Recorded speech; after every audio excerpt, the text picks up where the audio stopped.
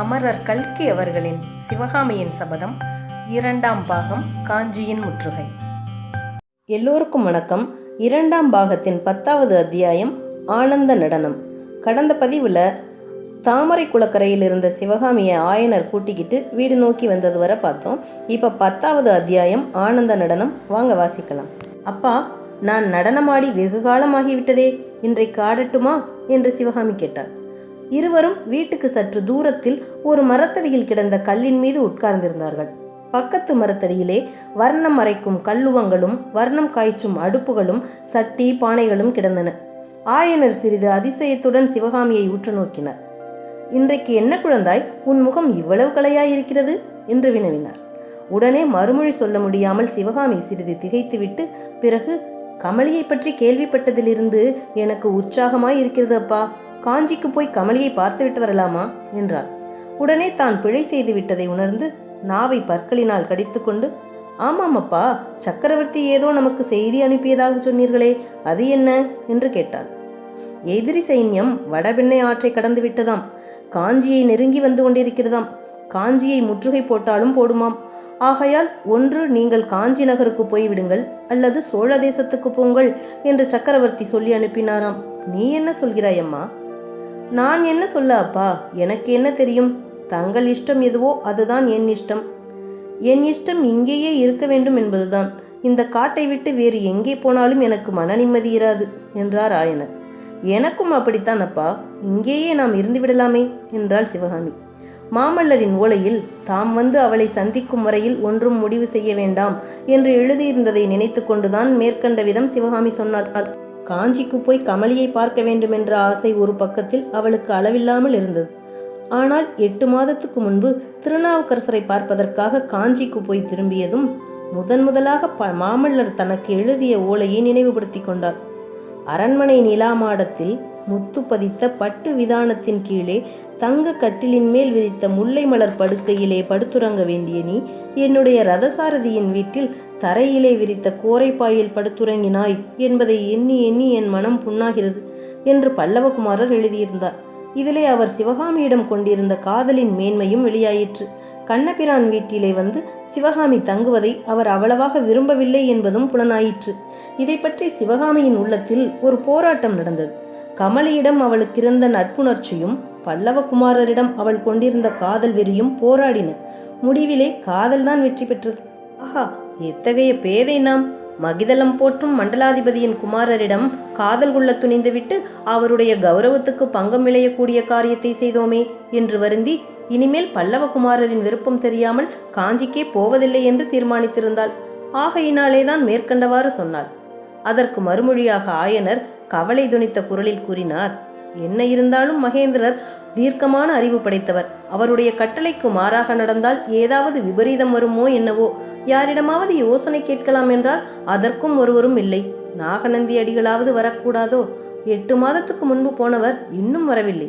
பிஷுவுக்கு என்ன நேர்ந்து விட்டதோ என்னவோ. ஆயனரின் மனச்சோர்வை கவனித்த சிவகாமி அவரை உற்சாகப்படுத்தும் பொருட்டு மறுபடியும், அப்பா, நான் நடனமாடி வெகு காலமாகிற்றே, இன்றைக்கு ஆடுகிறேன், பார்க்கிறீர்களா என்றாள். சிவகாமியின் நாட்டியத்தை நானும் பார்க்கலாமா என்று ஒரு குரல் கேட்டது.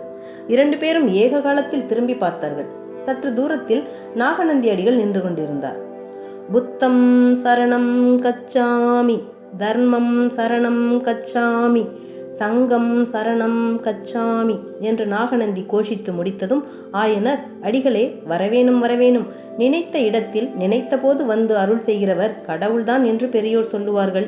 தாங்களும் கடவுள் மாதிரி வந்திருக்கிறீர்கள். உங்களை பற்றி இப்போதுதான் பேசிக்கொண்டிருந்தோம் என்றார். அப்படியா? இந்த காவி வஸ்திரதாரியை பற்றி நினைவு வைத்துக் கொண்டிருந்தீர்களா? சிவகாமியின் திருநாவினால் கூட நாகநந்தியின் பெயர் உச்சரிக்கப்பட்டதா? அவ்விதமானால் என்னுடைய பாக்கியம்தான். ஆயனரே, உங்கள் குமாரியின் புகழ் தேசமெல்லாம் பரவியிருக்கும் அதிசயத்தை நான் என்னவென்று சொல்வேன்? திருவதிகைக்கும் தில்லைக்கும் போனேன், உறையூருக்கு போனேன், வஞ்சிக்கு போனேன், நாகைக்கும் போயிருந்தேன். இன்னும் தெற்கே மதுரையம்பதிக்கும் கொற்கை துறைமுகத்துக்கும் சென்றிருந்தேன். எங்கே போனாலும் எனக்கு முன்னால் சிவகாமியின் புகழ் போயிருக்க கண்டேன். காஞ்சியிலிருந்து நான் வந்ததாக தெரிந்ததும் எல்லோரும் சிவகாமியின் பரதநாட்டிய கலையை பற்றியே கேட்டார்கள். புத்த பிஷுக்களும் ஜைன முனிவர்களும் கேட்டார்கள். உறையூரில் சோழ மன்னர் கேட்டார். நாகப்பட்டினத்திலே சீன தேசத்திலிருந்து வந்திருக்கும் சித்திரக்காரர்கள் கேட்டார்கள், ஆயனரே, இப்பேற்பட்ட கலைச்செல்வியை புதல்வியாக பெற நீர் எவ்வளவோ பாக்கியம் செய்திருக்க வேண்டும். இவ்வாறு புத்தபிஷு சொன்மாறி பொழிந்து வருகையில் ஆயனரும் சிவகாமியும் இடையில் பேச சக்தியற்றவர்களாக பிரமித்து நின்றார்கள். கடைசியில் நாகநந்தி, ஓ மகா சிற்பியே, சென்ற 8 மாதத்திற்குள் சிவகாமியின் நடனத் திறமை இன்னும் எவ்வளவோ வளர்ந்திருக்க வேண்டுமே. தென்னாடெல்லாம் புகழும் நடனராணியின் நாட்டியத்தை பார்க்கும் பாக்கியம் இன்று எனக்கு கிட்டுமா என்றார். நாகநந்தியின் விஷயத்தில் சிவகாமியின் மனப்பாங்கு கூட அவருடைய புகழுரைகளினால் ஓரளவு மாறிவிட்டது. எனவே ஆயனர் ஆடுகிறாயா அம்மா என்று கேட்டதும் உடனே ஆகட்டும் அப்பா என்றாள் சிவகாமி. மூவரும் வீட்டுக்கு சென்றதும் சிவகாமி ஒரு நொடியில் நடன உடை தரித்து கொண்டு நாட்டியத்துக்கு ஆயத்தமாக வந்து நின்றாள். அவளுடைய முகத்திலும் மேனி முழுவதிலுமே ஒரு புதிய ஆனந்த கிளர்ச்சி காணப்பட்டது. மாமல்லரின் காதல் கனிந்த மொழிகளும் அவளுடைய கலைச்சிறப்பை குறித்து நாகநந்தி கூறிய புகழுரைகளும் அத்தகைய கிளர்ச்சியை உண்டு பண்ணியிருந்தன. ஆயனர் போட்ட தாளத்துக்கிசைய சிவகாமி நிறுத்தமாட ஆரம்பித்தாள். அதில் பாட்டு இல்லை, பொருள் இல்லை, உள்ள கருத்தை வெளியிடும் அபிநயம் ஒன்றும் இல்லை. ஒரே ஆனந்தமயமான ஆட்டம்தான். சிவகாமியின் ஒவ்வொரு அங்கத்திலும் ஒவ்வொரு அங்கத்தின் அசைவிலும் அந்த ஆனந்தம் பொங்கி வழிந்தது. ஆகா, அந்த ஆனந்த நடனத்திலே எத்தனை விதவிதமான நடைகள்! மத்த கஜத்தின் மகோன்னதமான நடை, பஞ்ச கல்யாணி குதிரையின் சிருங்கார நடை, துள்ளி விளையாடும் மான்குட்டியின் நெஞ்சையெல்லும் நடை, வனம் வாழ் மயிலின் மனமோகன நடை, அன்னப்பட்சியின் அற்புத அழகு வாய்ந்த நடை, இவ்வளவு நடைகளையும் சிவகாமியின் ஆட்டத்திலே காணக்கூடியதா இருந்தது. ஆட்டம் ஆரம்பித்து சிறிது நேரத்துக்கெல்லாம் சிவகாமி நடனம் ஆடுவதாகவே தோன்றவில்லை. தன் செயல் என்பதையே இழந்து அவள் ஆனந்த வெள்ளத்தில் மிதந்து கொண்டிருப்பதாகவே தோன்றியது. ஆயனரும் தம்மை மறந்த கால எல்லையெல்லாம் கடந்த காலாதீதமான மனநிலைக்கு போய்விட்டார்.